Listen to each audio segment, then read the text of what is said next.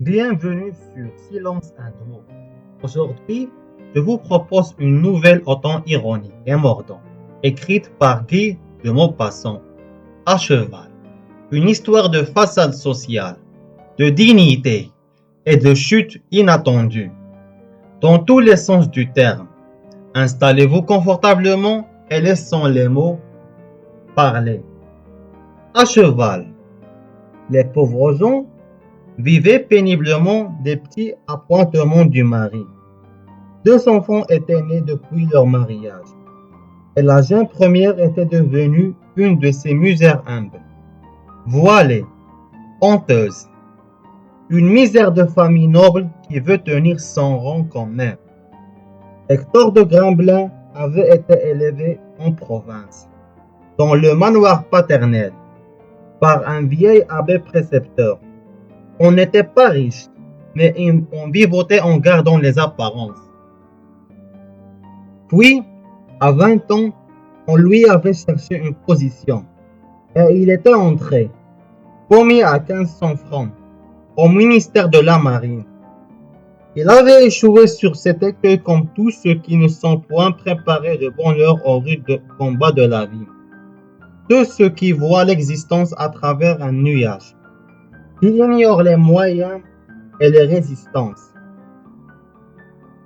Et quand on n'a pas développé dès l'enfance des aptitudes spéciales, des facultés particulières, une âpre d'énergie à la lutte, tous ceux à qui on n'a pas remis une arme ou un outil dans la main. Ces 3 premières années du bureau furent horribles. Il avait retrouvé quelques amis de sa famille, vieilles gens attardés et peu fortunés aussi, qui vivaient dans les rues nobles, les tristes rues du faubourg Saint-Germain. Et il s'était fait un cercle de connaissances, étrangers à la vie moderne, humbles et fiers. Ces aristocrates nécessiteux habitaient les étages élevés de maisons endormies.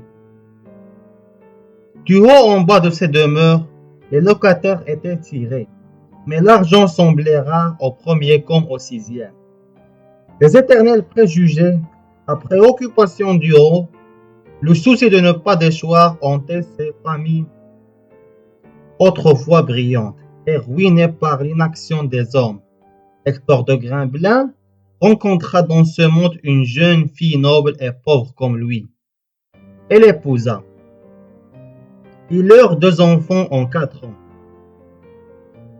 Pendant 4 années encore, ce ménage harcelé par la misère ne connut d'autre distraction que la promenade aux Champs-Élysées, le dimanche et quelques soirées au théâtre, 1 ou 2 paris verts, grâce à des billets de faveur offerts par un collègue. Mais voilà que, vers le printemps, un travail supplémentaire fut confié à l'employé par son chef, et il reçut une gratification extraordinaire de 300 francs. En rapportant cet argent, il dit à sa femme, « Ma chère Henriette, il faut nous offrir quelque chose, par exemple, une partie de plaisir pour les enfants. » Et après une longue discussion, il fut décidé qu'on irait déjeuner à la campagne. « Ma foi, s'écria Hector, une fois n'est pas coutume. Nous louerons un brick pour toi, les petits et la bonne, et moi, je prendrai un cheval au ménage. Cela me fera du bien. Et pendant toute la semaine, on ne parla que de l'excursion projetée. Chaque soir, en rentrant du bureau, Hector saisissait son fils aîné, le plaçait à califourchon sur sa jambe, et en le faisant sauter de toute sa force, il lui disait « Voilà comme il galopera, papa, dimanche prochain, à la promenade. » Et le gamin tout le jour enfourchait les chaises en les traînant autour de la salle en criant « C'est papa, dada !» Et la bonne elle-même regardait monsieur d'un œil émerveillé, en songeant qu'il accompagnait la voiture à cheval. Et pendant tous les repas, elle l'écoutait parler d'équitation, raconter ses exploits de jadis répétait son père. Oh, il avait été à bonne école. Et, une fois la bête entre ses jambes, il ne craignait rien, mais rien. Il répétait à sa femme en frottant les mains. Si on pouvait me donner un animal un peu difficile, je serais enchanté. Tu verras comme je monte.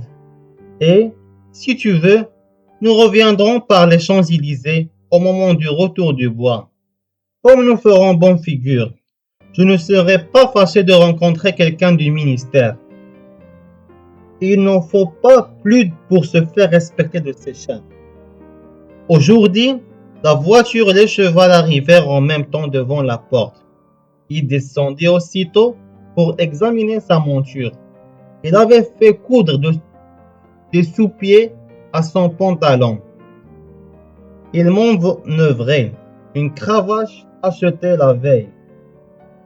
Il leva et palpa l'une après l'autre les 4 jambes de la bête, tâta le cou, les côtés, les jarrets, éprouva du doigt les reins, ouvrit la bouche, examina les dents, déclara son âge, et quand toute la famille descendait, il fit une sorte de petit cours théorique et pratique sur le cheval en général et en particulier sur celui-là, qu'il reconnaissait excellent. Quand tout le monde fut bien placé dans la voiture, il vérifia les sangles de la selle, puis, s'enlevant sur un étrier, retomba sur l'animal qui se mit à danser sur la charge et faillit désarçonner son cavalier. Hector eut tâché de le calmer. « Allons, tout beau mon ami, tout beau. » Puis, quand le porteur reprit sa tranquillité et le portait son aplomb, celui-ci demanda. « Est-on prêt ?» Tous les voix répondirent. « Oui. » Alors, il commanda. « En route. » Et le cavalcade s'éloigna. Tous les regards tendus sur lui. Il trottait à l'anglaise en exagérant les ressauts. À peine était-il retombé sur la selle qu'il rebondissait comme pour monter dans l'espace. Souvent, il semblait prêt à s'abattre sur la crinière. Et il tenait ses yeux fixes devant lui, ayant la figure crispée et les joues pâles. Sa femme gardant sur ses genoux un des enfants, et la bonne qui portait l'autre, répétait sans cesse. « Regardez papa! Regardez papa !» Et les 2 gamins, grisés par le mouvement, la joie et l'air vif, poussaient des cris aigus. Le cheval, effrayé par ces clameurs, finit par prendre le galop, et pendant que le cavalier s'efforçait de l'arrêter, le chapeau roula par terre. Il fallut que le cocher descendît de son siège pour ramasser cette coiffure. Et quand Hector le reçut de ses mains, il s'adressa de loin à sa femme. « Empêche donc les enfants de crier comme ça, tu me feras emporter. » On déjeuna sur l'herbe dans les bois de Vésinet, avec les provisions déposées dans les coffres. Bien que le cocher prît soin des 3 chevaux, Hector à tout moment se levait pour aller voir si le sien ne manquait de rien. Et il le caressait sur le cou, lui faisant manger du pain, des gâteaux, du sucre. Il déclara. C'est un nu-trotteur. Il m'a même un peu secoué dans les premiers moments. Mais tu as vu que je m'y suis vite remis. Il a reconnu son maître. Il ne bougera plus maintenant. Comme il avait été décidé, on revint par les Champs-Élysées. La vaste avenue fourmillait de voitures. Et sur les côtés, les promeneurs étaient si nombreux qu'on eût dit long ruban noir se déroulant, depuis l'Arc de Triomphe jusqu'à la place de Concorde. Une averse de soleil tombait sur tout ce monde, faisait étinceler le vernis des calèches, l'acier des harnais, les poignées des portières. Une folie de mouvement, Une ivresse de vie semblait agiter cette foule de gens, d'équipages et de bêtes. Et l'obélisque, là-bas, se dressait dans une buée d'or. Le cheval d'Hector, dès qu'elle eut dépassé l'arc de triomphe, fut saisi soudain d'une ardeur nouvelle. Et elle filait à travers les rues au grand trot, vers l'écurie, malgré toutes les tentatives d'apaisement de son cavalier. La voiture était loin maintenant, loin derrière. Et voilà qu'en face du palais de l'industrie, l'animal se voyant du champ, tourna à droite et prit le galop. Une vieille femme au tablier traversait la chaussée d'un pas tranquille. Elle se trouvait juste sur le chemin d'Hector, qui arrivait à fond de train, impuissant à maîtriser sa bête. Il se mit à crier de toute sa force. « Oh là, oh là là-bas !» Elle était sourde peut-être, car elle continuait paisiblement sa route jusqu'au moment où, heurtée par le portrait du cheval lancé comme une locomotive, elle alla rouler 10 pas plus loin, les jupes en l'air, après 3 culbutes sur la tête. Des voix criaient « Arrêtez-le !» Hector, éperdu, se cramponnait à la crinière en hurlant « Au secours !» Une secousse terrible le fit passer comme une balle par-dessous les oreilles de son coursier et tomber dans les bras d'un sergent de ville qui venait de se jeter à sa rencontre. Une seconde, un groupe furieux, gesticulant, vociférant, se forma autour de lui. Un vieux monsieur surtout, un vieux monsieur portant une grande décoration ronde et de grandes moustaches blanches, semblait exaspéré. Il répétait « Sacrebleu! Quand on est maladroit comme ça, on reste chez soi. On ne vient pas tuer les gens dans la rue quand on ne sait pas conduire un cheval. » Mais 4 ans portant la vieille à partir. Elle semblait morte, après sa figure jaune et son bonnet de travers tout gris de poussière. « Portez cette femme chez un pharmacien, » commanda le vieux monsieur, et allons chez le commissaire de police. Hector, entre les 2 agents, se mit en route. Un 3e tenait son cheval. Une foule suivait, et soudain, le break parut. Sa femme, c'est dans ça la bombe perdait la tête.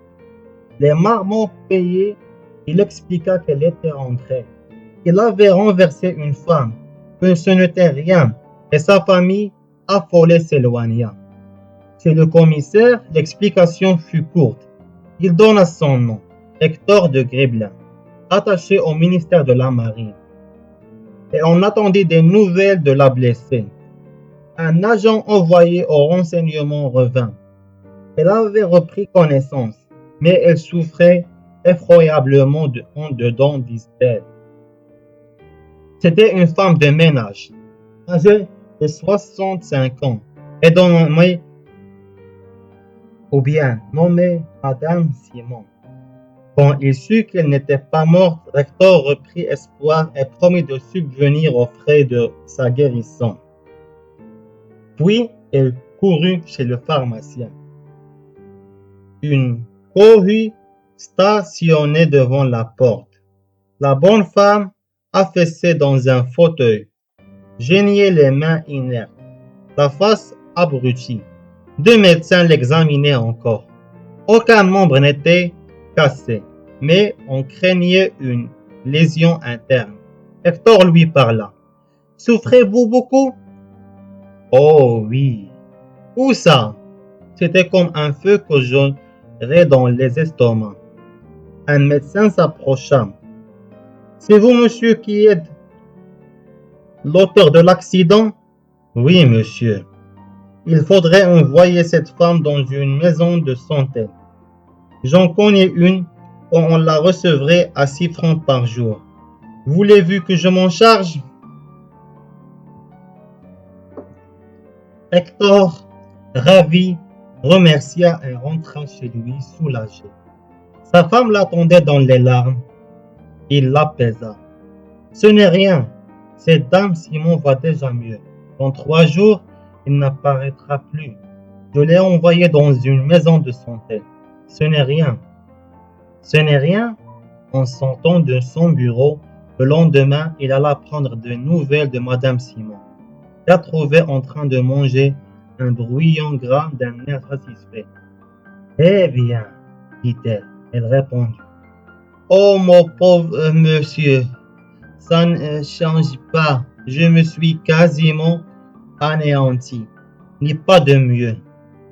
Le médecin déclara qu'il fallait attendre une complication pouvant subvenir. Il attendit 3 jours. Puis, il revint. La vieille femme, le teint clair, l'œil limpide, se mit à geindre en l'apercevant. Je ne peux plus me remuer, mon pauvre monsieur. Je ne peux plus. J'en ai pour jusqu'à la fin de mes jours. Un frisson courut dans les os d'Hector. Il demanda le médecin. Le médecin leva les bras. Que voulez-vous, monsieur? Monsieur, je ne sais pas moi. Elle hurle quand on essaie de la soulever. On ne peut même changer de place son fauteuil sans lui faire pousser des cris déchirants.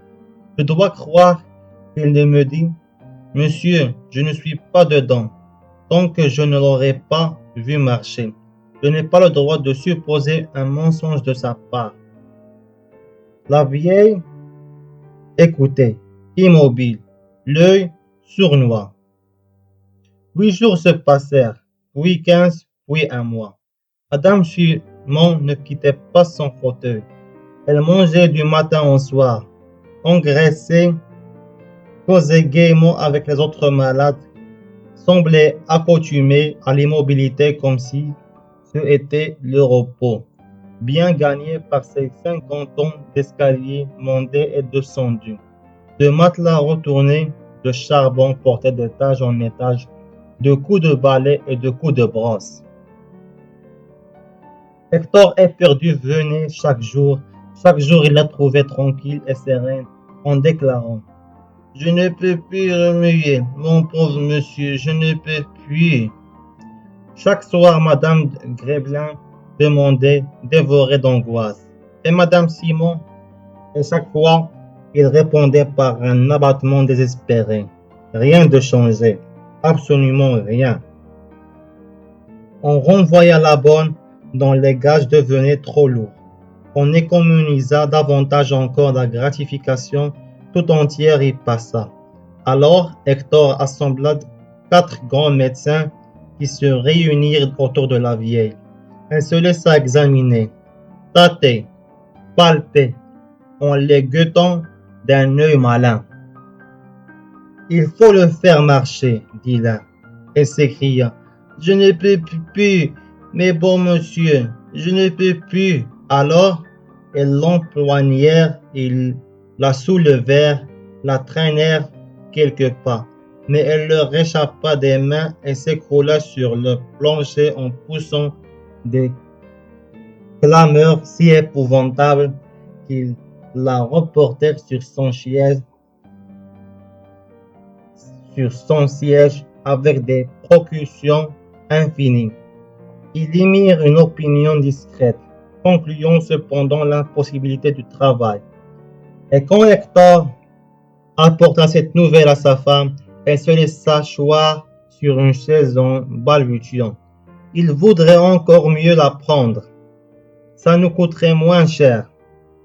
Il bondit. Ici, chez nous, que penses-tu?